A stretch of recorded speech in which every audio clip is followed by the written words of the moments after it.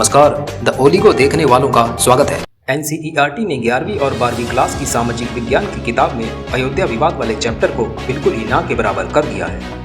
ये विवाद एक अदालती मामले का रूप ले चुका है जो कि कई दशकों से जारी है। एनसीईआरटी से गायब हुआ बाबरी मस्जिद का नाम आखिर क्या नाम जुड़ गया अब नई किताबों में। एक अनुरोध, अगर आप न्यूज़ चैनल पर नए आए हैं तो चैनल को सब्सक्राइब जरूर करें।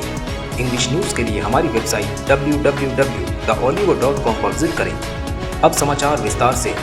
पुरानी किताबों एनसीईआरटी का सामाजिक विज्ञान में यह दर्शाया गया कि फैजाबाद जिला अदालत द्वारा यह बताया गया कि 1986 में मस्जिद खोलने के बाद युद्ध के लिए सैन्य टुकड़ियों और आपूर्ति को इकट्ठा और तैयार किया गया। 1952 में राम मंदिर बनाने की रथ यात्रा और कार सेवा की वजह से काफी तनाव का माहौल बन गया था।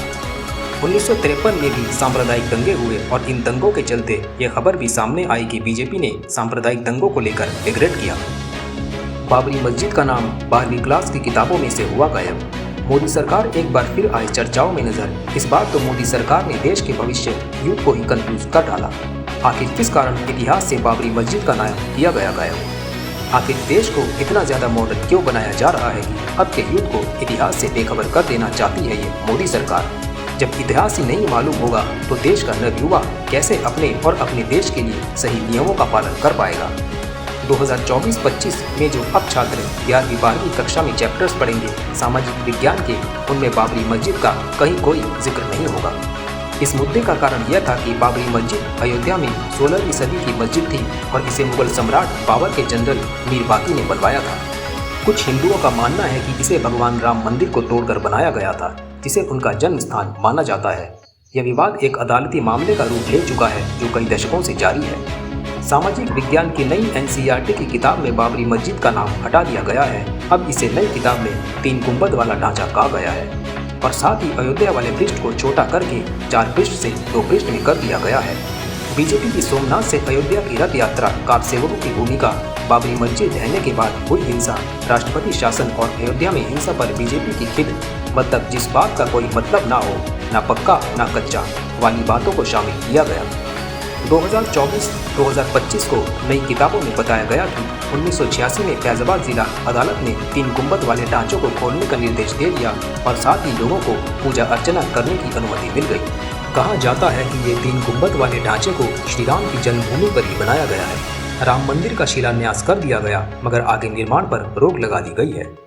मगर हिंदू समुदाय के लोगों को लगा कि आस्था के साथ खिलवाड़ हो रहा है और मोमडन समुदाय को ढांचे पर अधिकार बनाए रखने का अधिकार प्राप्त हो रहा है। पुरानी टेक्स्ट किताबों में दर्शाया गया था कि 16वीं शताब्दी के मुगल बादशाह बाबर के सेनापति मीर बहीर ने बाबरी मस्जिद बनवाई और वहीं दूसरे अध्याय में यह भी बताया गया कि 1528 में श्री राम के जन्मभूमि पर 3 गुंबद वाला ढांचा तैयार किया गया। इस ढांचे में अधिक से अधिक हिंदू धर्म के चिन्ह बने हुए थे और साथ ही अंदर और बाहर की दीवारों पर मूर्तियों के पैमाने दर्शाए गए थे।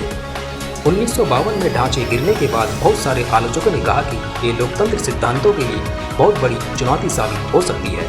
2024-25 की नई किताबों में अयोध्या विवाद को लेकर सुप्रीम कोर्ट के फैसले को शामिल किया गया। 9 नवंबर 2019 को सुप्रीम कोर्ट की संवैधानिक बेंच ने फैसला सुनाया कि यह भूमि मंदिर की है। पुरानी किताबों में कुछ समाचार पत्र की कटिंग की तस्वीरें लगाई गई थी जिनमें बाबरी ढहाने के बाद कल्याण सिंह सरकार को हटाने का आदेश शामिल था। फिलहाल इसे हटा दिया गया है। बताया गया है कि 2014 के बाद से चौथी बार एनसीईआरटी की किताब को अपडेट किया गया है। अप्रैल माह में एनसीईआरटी ने कहा था कि राजनीति में हालिया डेवलपमेंट के आधार पर चैप्टर में बदलाव किया जाता है और नई चीज़ों को शामिल किया जाता है। एनसीईआरटी की 12वीं कक्षा में अयोध्या विवाद का पूरा चैप्टर मौजूद होता था मगर अब मोदी सरकार ने इसे बदलवा दिया है। बल्कि हालत यह है कि अब एनसीईआरटी में अयोध्या विवाद का जिक्र गिना चुना ही नजर आएगा।